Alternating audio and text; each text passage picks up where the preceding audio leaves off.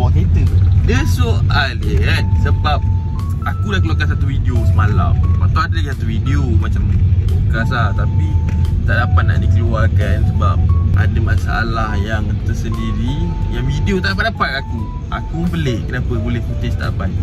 So apa pun, korang dah layan video Gongsan kan. Semalam aku pergi beli barang untuk rumah Harry Khalifah. So hari ni ada majlis majlis apa? Doa selamat lah, kesyukuran.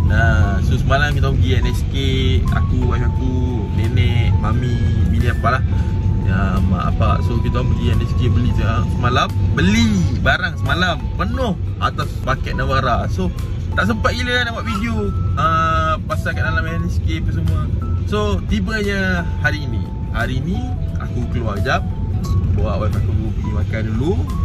And then aku kena sambung kerja, kena ambil Navara dan kena ambil lah barang-barang catering.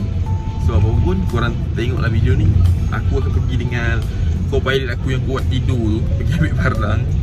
Entahlah, tapi sekarang pun dia tak bangun lagi. Entah apa dia buat, aku tak tahu.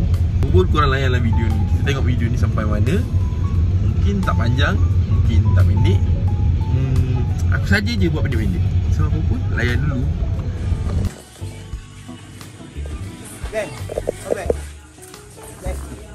Babi benda paling nak langkau.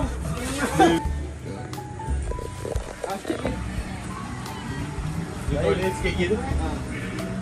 Tambah lagi, setengah jam ni. Sikit je. Lagi orang sana kan dekat mantah yang takut tu je. Bawa ni bukan ada apa pun. Bukan ada reti pun. Dah orang kek tu rumah.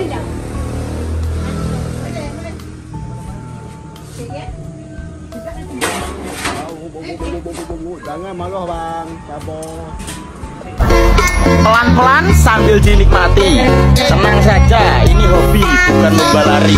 Au, sikat.